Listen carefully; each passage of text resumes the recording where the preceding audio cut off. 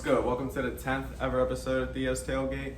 I appreciate anybody who's tuning in or just supporting in general. This 10th episode is going to feature a guy who I became good buddies with during my freshman and sophomore year of high school, and he's overall just a really good dude.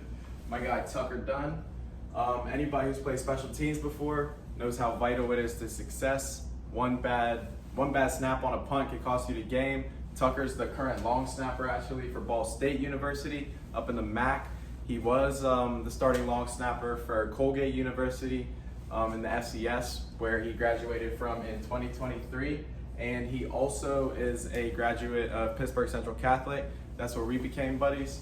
But yeah, let's jump into this 10th episode with my boy Tucker. Actually though, as far as the jerseys go for this episode, Ball State University is located in Muncie, Indiana. So we got the Indiana Hoops jersey. This is a real deal throwback. I've had this for like over 10 years. This is Cody Zeller's Indiana jersey on that team whenever they had Yogi Ferrell, Victor Oladipo, and just overall a lot of really good guys. They also beat Kentucky on a buzzer beater this year. Shout out Christian Watford, he made that shot. And then back here we got Justin Fields. I caught this whenever the Bears drafted him, just because I was a fan of him at Ohio State. And I'm definitely still a fan of him and tuned in to see what he does with the Lurs. But yeah, let's jump into this 10th episode with my guy Tuck now. Lucas Barrow will punt it away. Lucas last year averaged over 41 yards per punt. Another one of those Australians that dot rosters throughout college football. Fabian Robinson lets this one bounce. It's going to go inside the 10. And it'll die down around the 6 yard. We got my boy Tuck joining us. How are you, bro? How's spring ball treating you? Good, Theo. First of all, thanks for having me on. Yeah, spring ball was great. Last ride here, sixth year of football, so I'm ready to get it going. No doubt. And being a specialist yourself, let's kick off the show with some all-time greats, specialist-wise. Little bracket, some Pittsburgh guys, some non-Pittsburgh guys. For this first round, though, we got Pat McAfee versus Young Ho Koo. I'm going Pat McAfee, big fan of the show. What about you? Yeah, probably the same thing with me for sure. I love Pat. I love the stuff he does. He's had a great career, a shorter career, 9 years, but really just iconic for sure. What about Mason Crosby or Justin Tucker? Justin Tucker for sure. He's the best ever. So. Yeah, I'm with Justin Tucker too. It's Crosby had quite the career, but it sucks that he was on the Ravens. Yeah, that's a downside. We got Justin Tucker or Pat McAfee. I'm going with Pat McAfee. McAfee as well for me. All right, and then for the Steelers side, we got Sean Sweetum. I know you remember him. Versus, yeah. Versus Chris Boswell. I'm going with Boz, the Wizard of Oz. Yeah, I think Boz, if like, I can only remember like in my lifetime, I think we've been, or we're about the same age. So in our lifetime, we've only probably had 3 like Steelers franchise kickers, and there hasn't really been much else. It was Jeff Reed who was unbelievable, and he was a character, and then Shuisum and Boz. So yeah, Boz for sure. He's been great. He had that weird down year. Do you remember that weird down year he had that got out of nowhere? Yeah, he did. He did, and he got a lot of hate for that too. Yeah, like a bad year. Like they said, "Hey man, take the." I don't even think mid playoffs that year. They're like, "Hey man, take the last 2 weeks off and get somebody else. Like we'll figure this out in the off season." And then he had one great year, and then he got a huge extension. So. What about a long snapper like yourself and a local guy, Christian Kuntz, versus a former Steeler, guy who just got released, Presley Harvin? I'm going with Christian Kuntz. I don't even know how you honestly compared it to, but Kuntz for sure. Kuntz, I'm saying Kuntz. A letdown. Oh, good. I feel bad for Presley, but it sucks. Kind of have to perform, and there were some times this year that like, hey man, like you got to be better than that. Like, but Kuntz, his story, like I don't know if you know his story about local guy, as you said, he was an All-American linebacker at Duquesne. Yeah, tried out some camps. He tried out some camps as a linebacker, and then I think actually Drew Harper, who we were talking about, I believe his brother, who was a snapper before snapped at Duquesne and Michigan, taught him how to how to snap because they had played together at Duquesne. So it's a cool story to see him successful and really no mistakes or hiccups at all. So. Yeah, that is a really dope story. Then we got Kuntz versus the Wizard of Boz. I honestly don't know how you compare the two, but I'm gonna just go with Kuntz just based off of story and being a Pittsburgh guy and whatnot. So yeah. Yeah, same with me. For sure, our long snappers we're a tight-knit community, so got to pick that. Yeah, no doubt. But enough with talking about those guys. How's spring ball been treating you? For me, spring ball was great. You'd think the guy who's going into his sixth year of a D1 football would be like, this would be like my fourth or fifth spring. It was only my second actual spring ball with COVID. Freshman year, we got sent home early. Sophomore year at Colgate, sophomore year we had a season in spring, and then the only one that I had before this was my junior year going into my senior year. So, because last year I was just a normal student, the second semester at Colgate. So, great time this past year. Really gelled with a lot of teammates. Had a lot of new faces for sure, and we knew that when the season ended, so it was good to see that for sure.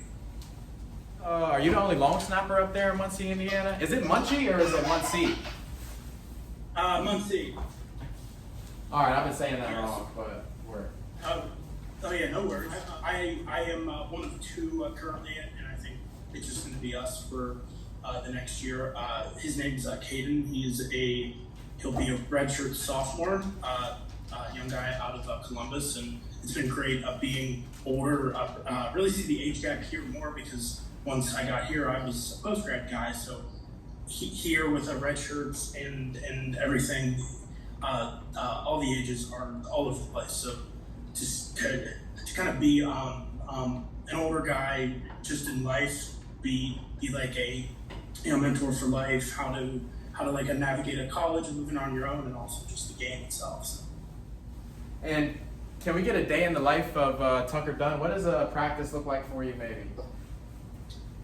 So we can do a fall, say Tuesday. We have Mondays off, so Tuesday that would usually look like team meeting at 7. In the fall, we would have to check in for breakfast meal. Like we go between 6:30 and 7:15, and then I think the team meeting was like at 7:30 in the fall. And then that would last for like 10 minutes. Head coach speaks to all of us. Some guys break out because we start especially meeting for about 25, 30 minutes. Have that with almost the whole team. And then we break out all of the normal offensive and defensive position groups. They go to their meetings around 8:30, and we would start practice around 8:30. So around like 7:30, the meeting would start. I think, yes, breakfast was 6 to 7, blah, blah, blah. And then they would go to their position rooms.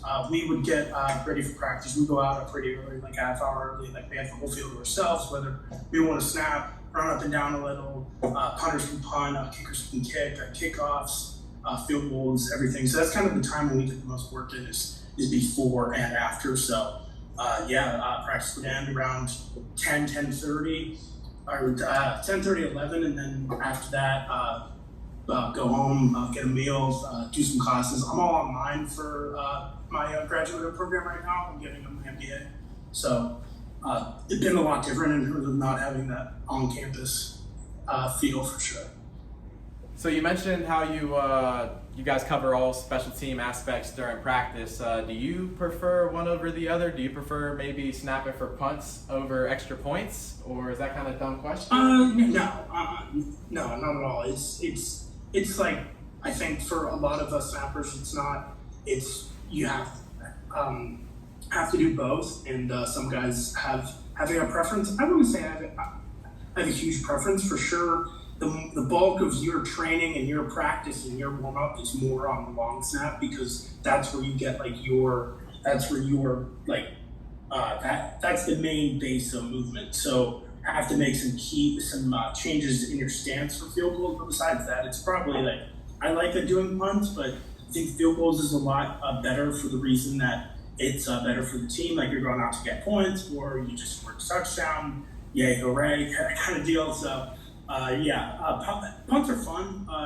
I'm definitely a lot more scared now, or not scared, but it's just a lot more like wow, because you're playing at bigger teams and like a lot more teams return the ball here. I think a lot more returners are much more risky in the best way possible, not like stupid stuff. I mean, you see it every week, but this is not a Colgate for sure. There's guys, a lot faster guys, and everybody's faster, stronger, bigger, and you're just a long snapper out there that's trotting along, but it's fun for sure.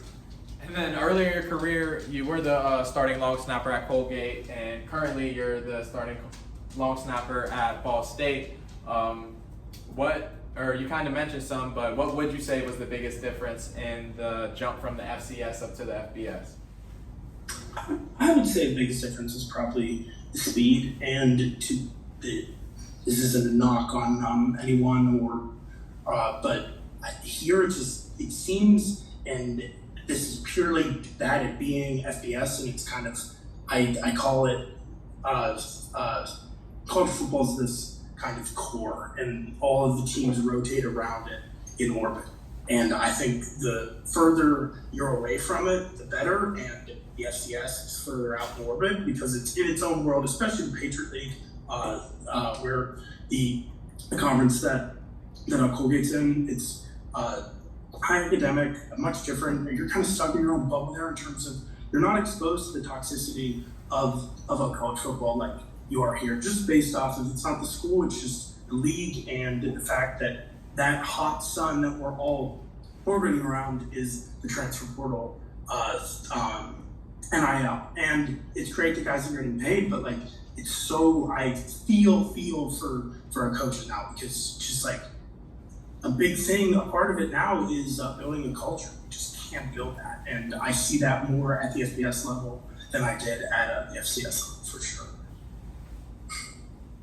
Yeah, for sure. The NIL has just changed the game so much in general. It's kind of just crazy with the recruiting aspect and whatnot. Yeah. Do you see it daily, kind of?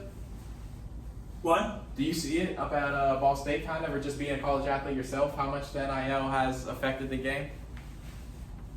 Yeah, for sure. I've heard guys, I think, like, we lost a lot of guys. We lost a couple guys because there's this thing, like, especially it happens in college basketball. I'm sure it happens in other sports, but it happens in basketball and football that I see that these, not a mid-major, but let's call them mid-major in hoops, and then Group of 5 FBS. It's like you get a really good guy and great, hey, he's so good, but George the booster from Ole Miss could be calling him tomorrow night for $350,000 to come down, and obviously the kid's not dumb, so he's gonna take it. So it's just kind of the changing world of these slightly mid-level schools are like, okay, I can build a team, great, but what if these kids, they become kids who are told, oh, money, and they hear $300,000 at the age of 20 to play football that they've been playing for 15 years, a sport they love,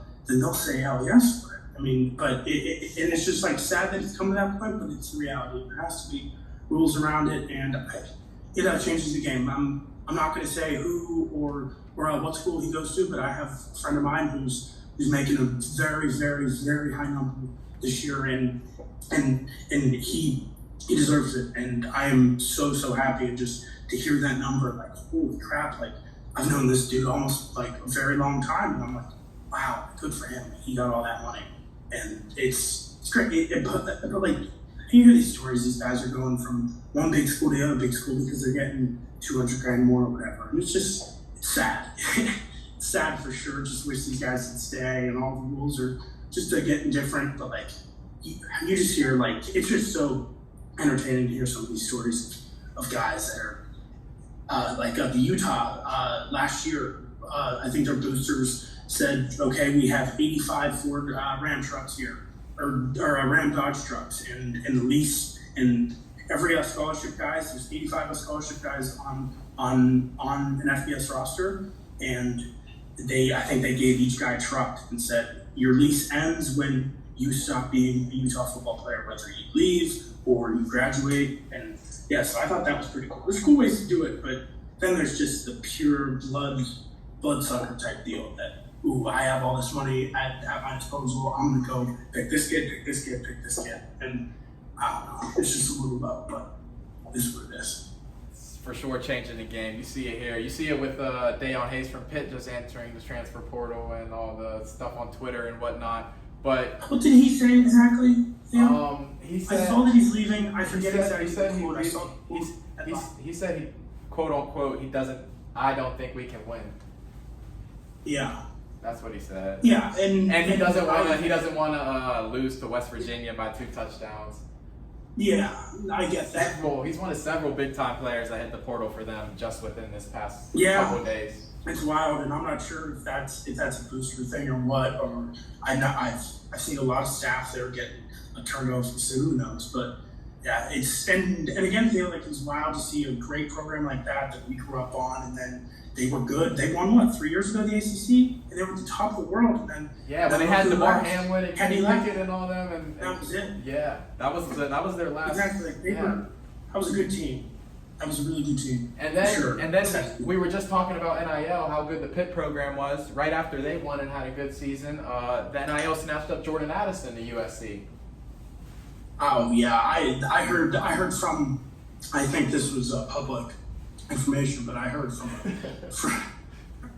an inside source that phone call that Coach Narduzzi made to Lincoln Riley was jam-packed with expletives. I heard, because that was like around this time. Like this was like they went through spring ball already, and I think somebody contacted him and said, "Hey, we got this pile of money sitting for you in a car and a house." And so yeah, I know that Coach Narduzzi hates it. He does not like it, and you see all these older guys kind of get fleshed out. Like Dabo's sick of it. Tom Izzo hates it with a passion.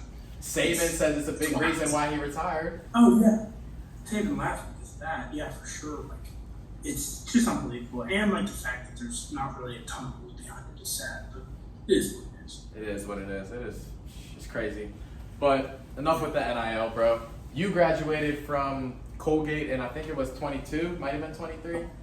23 last year, May. 23 last year, May. And then your dad also graduated from Colgate and is an alumni, kind of followed in his footsteps. Yeah. But you took your talents over to Muncie, Indiana, now with Ball State. But what kind of made you make the decision to choose Ball State?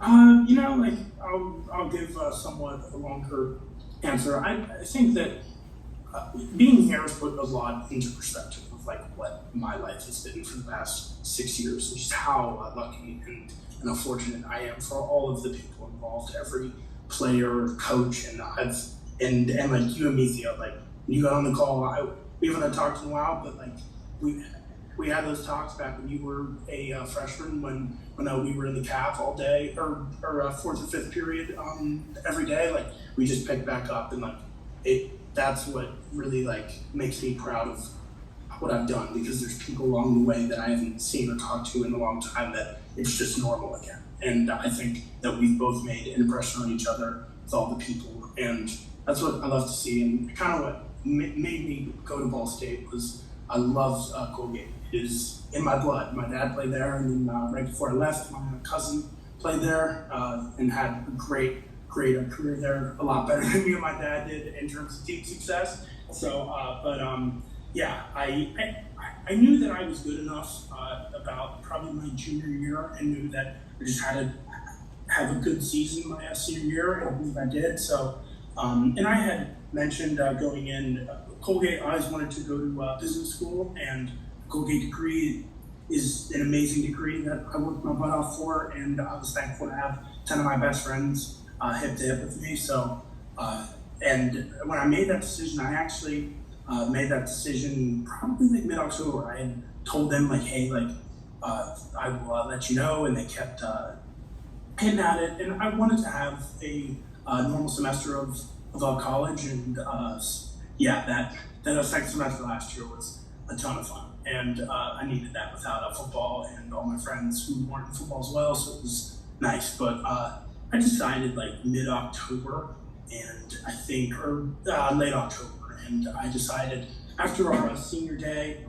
I kind of knew that I was it. We had 2 weeks left, but I knew that if, hey, I've made my decision, it's out of respect to my coaches that they hear it as soon as I make the decision. So I made the decision about Saturday after our senior night. Me and my dad were sitting there, and I was like joking. I'm like, Dad, should I do it? Like, and he's like, yeah, why not? So I sat down with him and said, hey, like, you know how much I love this place. I'm like, I want to get a degree. I want to get an MBA after this. And they're like, of course, like, we understand it. So I was in the portal for the last 2 weeks of playing because I think I was respected there enough, thankfully, and that they said, hey, like, we want you to go to the best place, and there's a scratch transfer, so go in now, and it doesn't hurt anyone. So did that. Season ended great, and I didn't really know. I knew that I wanted to go up bigger. I didn't really know how bigger I was good enough for. So got a call from Ball State. Thankfully, got a full ride here, and the rest is history, I'd say. And it was weird for sure. I'm getting recruited as a 22-year-old, and I'm going on a visit, and there's an 18-year-old kid with his parents who are like right behind the eyes, and they have no idea what's coming in the next 4 years. So it's always good to see that for sure. No doubt. And then, what are you working on up there academically, bro? In terms of maybe a graduate program, masters. What's that? Yeah, so I'm getting on my MBA right now. Your Master's in business administration, and I'm in my second semester of it. Taking a lot more classes. Colgate was a liberal arts school, so it's a wide-ranging curriculum. So not really a lot of workforce specific type of majors like business or anything like that. Like you want to apply directly to a job. So, but the Colgate degree itself, no matter what major, just speaks, and I was so thankful we get that. And so I'm just doing general right now, and taking some cool classes, a couple classes I wish I wasn't taking, but yeah, it's good for sure. And then long snapper is you have to be a smart player. It's like kind of like it's kind of like a quarterback of the punt team. Would you say, aside from maybe the punter?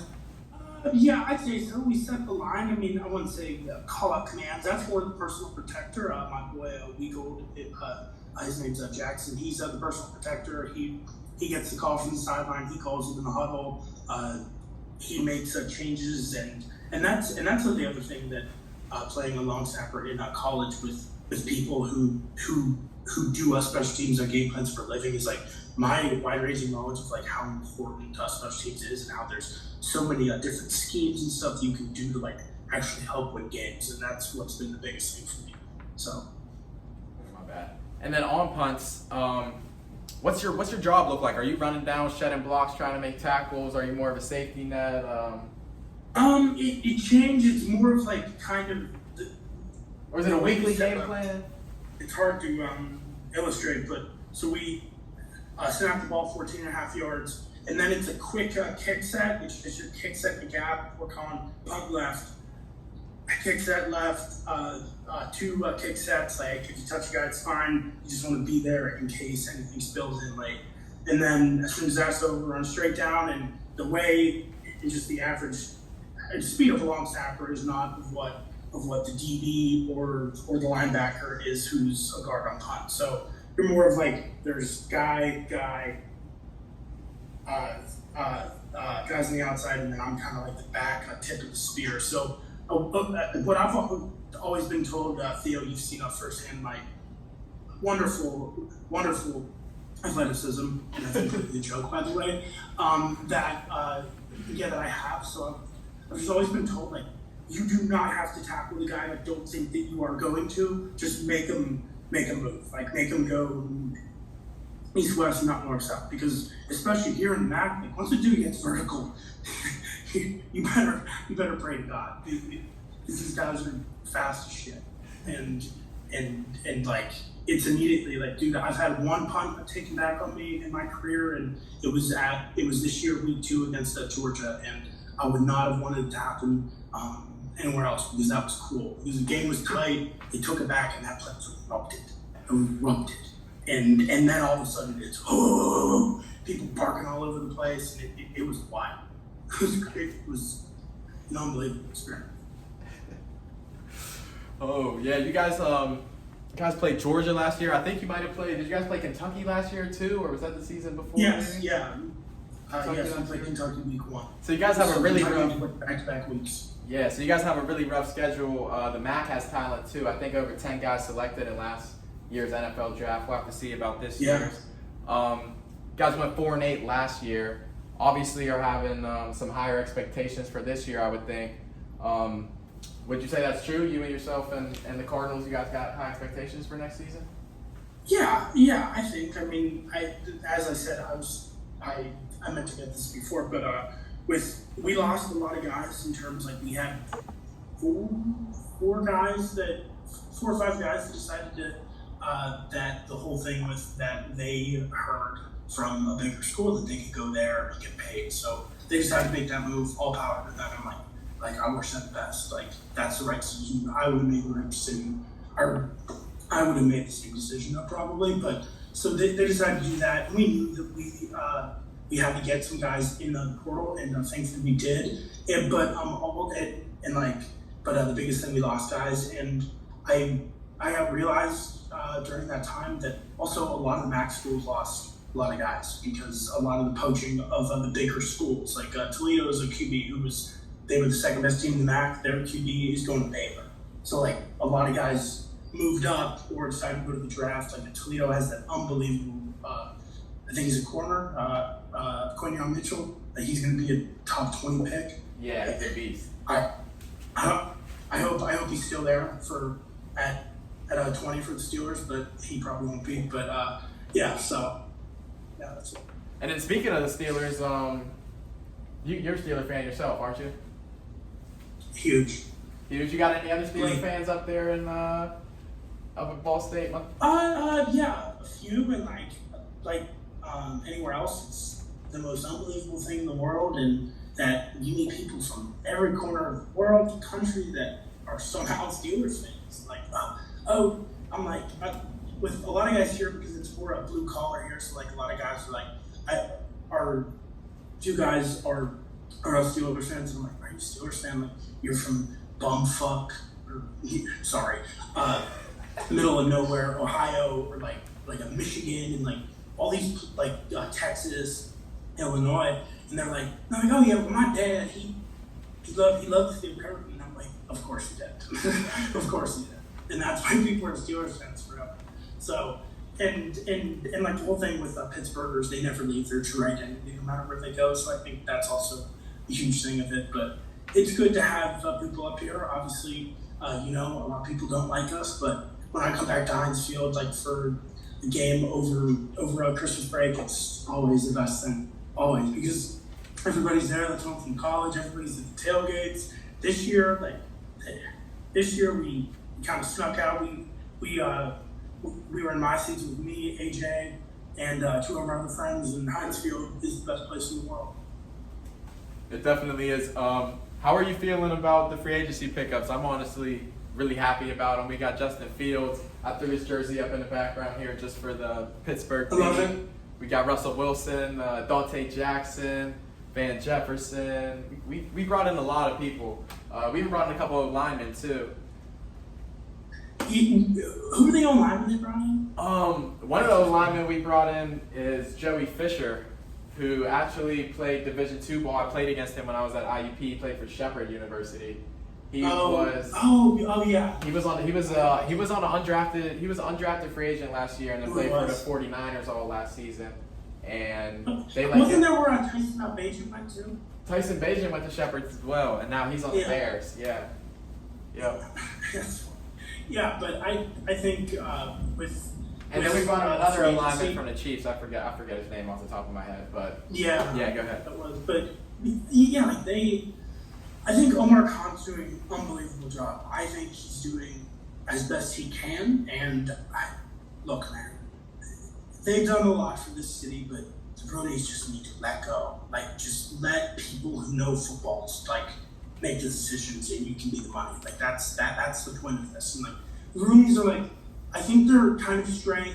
They're slowly heading away from the old school way, thankfully, and like need to meet all these people and like just let Tomlin run. Like, the dude is one of the best ever at what he does, and like let him do things. Like, let him do it. Let Omar do it. Like, I don't need to hear Dan Rooney talking about how Fields throws the ball. Like, no. Like, you're an owner's kid. I don't need to hear it. The people who know football need to make decisions, and I think that's the most important thing. And finally, they let go a little, and I was so surprised that we got Queen. Yeah, Joey Porter Jr. definitely stepped up at corner, and now we have Dante Jackson on the other side at corner. Yeah, Patrick Queen. He's that too. Patrick Queen's in there. Minka's at safety. I really like our defense. Honestly, our defensive line looks good too. But I think it's a Calvin Austin a breakout year as well, Theo. You do? I think so that too. guy's special. I think he's special he's too. special. I wish we would have let him get a little more returns last year, but Yeah. They were just. It was his first year back off a major injury. On the whole Jesus look from Olszewski, completely swindled. Oh my God, he got the easiest $3 or $4 million he's ever gotten because he should have been gone after a week. Yeah, he definitely did. I remember his fumble. Dang, man, Gunner. But the funny part is, I forget where he's at now, but he went somewhere else and actually is pretty decent. He's on the Giants. He's on the Giants, and he made some Yeah, plays for the Giants. He scored a cover like week 15 or something. Yeah, he made some plays for the Giants actually. But outside of football, do you follow? Maybe you follow the Buccos, maybe golf, catching the Masters. I follow the Bucks a little, but with golf, it's probably my biggest because it's year-round, unlike football and basketball. Towards kind of the end of football season, it's all football for me. But golf's a year-round thing in terms of watching it. Like, it's a lot easier to watch it than play it. I love to play it, but watching it's so cool. There's a lot of really good media guys out there. It's a smaller, like elite level of media people who talk about it. It's a class as their own, and I think they're all great of how they talk about it and just making golf a much more publicly accepted sport. That it's not the country club type feel. It's not all that. These guys they're not all rich kids. They're all down in the heart guys and all great, and just the personalities of the sport are awesome. I thought the Masters, like Scotty Scheffler, is the best I'll say it over here. He's the best we've seen since Tiger. There's no doubt. What a Tiger did, he will be forever in class of his own. But if you want to find the next best, he's Scotty Scheffler. I mean, he won that course. Like, a lot of it's golf nerd stuff, but just how he proceeded and how he just hit his ball and hit the right spots on that course, because that course it's not easy, especially and that was the hardest that course to play in 15 years because of the weather. So I thought it was a good Masters. All this stuff going on with Saudi Arabia and golf and lives and everything that's a whole geopolitical podcast right there because of all that. But it's a fun sport to watch. It's for sure, and there's a lot better ways that they can improve their product because it's a unique sport with 4 days and like a Thursday and Friday don't really mean much. So they're trying to get that better, and it's great to see. A guy who's actually currently shining in the golf world, Neil Shipley, who graduated from Central, same with you. It's kind of crazy, actually. Yeah, Neil, I had freshman religion with Mr. Gallagher with Neil, and that was the first time I met him. Taller guy back then. He put on a few pounds of some bulk in our college. I mean, he's a unit now that he can play tight end. It looks like, but he was always really good, and obviously the teams there were unbelievable. They won state my senior year, and they had 4 college golfers in my class alone. and to see that. And Neil was always in the number 2 to another friend of mine, Jimmy Myers, who went to Penn State, and he was kind of always behind him. And Neil was really, really, really smart. Like, I know they mentioned it all over social and on the TV. I mean, he had graduated from JMU in 3 years with a qualitative finance degree. Like that's hard to graduate in 3 years with. And then he went to Ohio State, and he's getting 2 more degrees there. So it's great to see him and for sure the stuff, all those memes about him, like that's Neil. He's just a funny guy. He's silly, and like sometimes he looks a little odd, but he's a great guy. And I hopefully I'll see him soon and celebrate because that was awesome. To play with Tiger too and beat him by 4 strokes is awesome, especially on a place that is like the Garden of Eden in golf terms. So yeah. Yeah, that is insane, bro. It's like really awesome. But have you been golfing down there in Muncie, Indiana? Has the weather been holding up? Actually, I just got back from golf. I played with my friend. I have a friend who plays football down in Indiana. So we went down there. You remember Kadick? Yeah, Michael Kadick. Yeah. I know that's who you were referring to with the NIL stuff too. Yeah, but you're gonna cut that. Yeah, I will cut that. His name's not. Yeah, but yeah, I'll cut this right here. I'll cut this shit. Yeah, but hard course at Indiana, extremely hard. Wind was blowing hard, but it was a fun day. It was a beautiful weather, some clouds. So it's just a great sport. I'm a big into golf travel. I hope as I get older and work hard, I have the ability to go on these trips with friends, my dad. That'd be awesome if in a few years me and my dad can go to Ireland or Scotland for a week or 2 and play golf, which is awesome. Like at that point, it's like golf trips, especially in places like Scotland and Ireland. It's about the golf so much. It's not about the golf. It's about having fun with it and cherishing the people that are around you. And I think that's the most important part with golf, especially for people that just play on the weekends, play some weekdays, like hacks like me. So it's fun. And aside from golf up there in that area, how's the campus? Do you guys have other good sports programs maybe? The baseball team's really good. I think they started off not too great this year, but really rebounded here past a couple weeks. They made it to the tournament last year. They beat Penn State in the MAC tournament for baseball last year and made it to the NCAA tournament. And the women's hoops team was pretty good this year. They kind of fell off towards the end. They played in the women's NIT.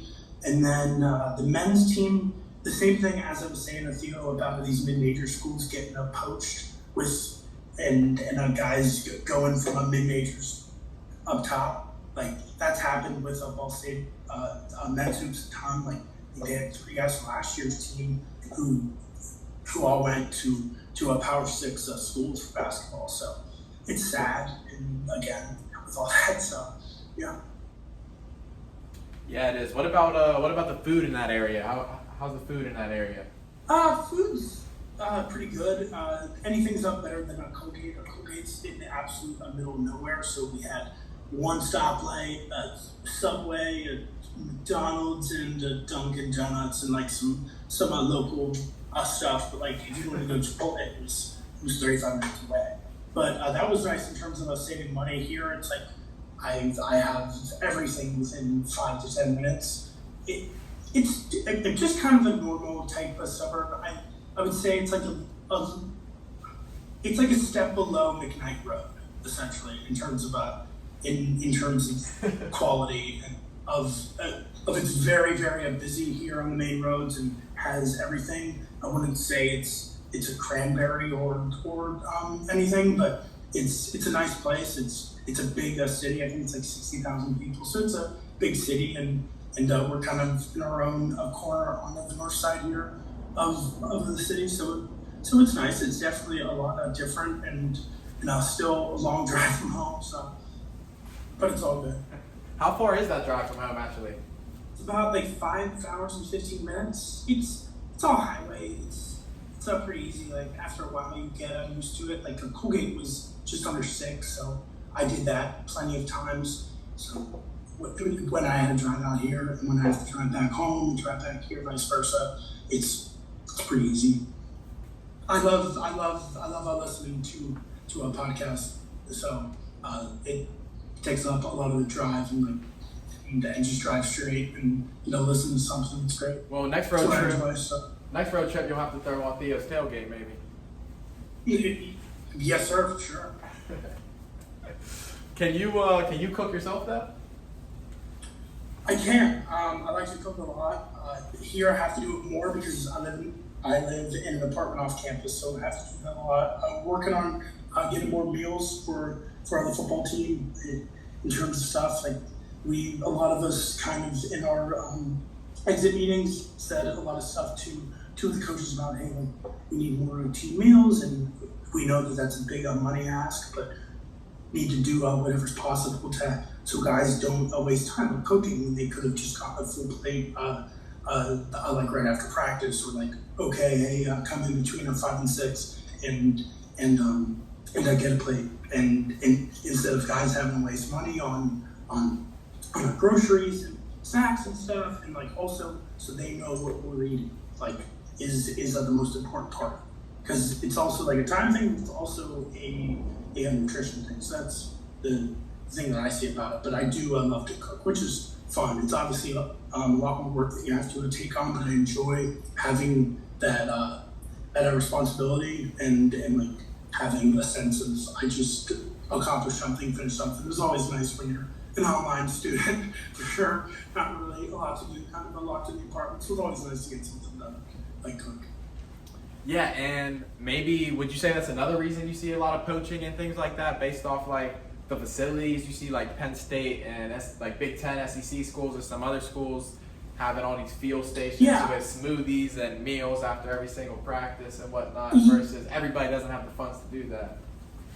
Yeah, yes, it's all just, you can say, oh, I want to have the best, I want to be the best coach, but here and in the foreseeable future, the next 5 to 10 years, if you want to have a good team, no matter if you're Bear Bryant or whoever you are, it does not matter how, like, yeah, you're the head coach at Ole Miss or Alabama for a reason, yes, but if you really want to succeed in today's world, it is about money, and in facilities, like these teams, like Alabama and all these big schools, they do a facilities upgrade or like a renovation every 4 or 5 years because it's an arms race. It's like the Cold War again.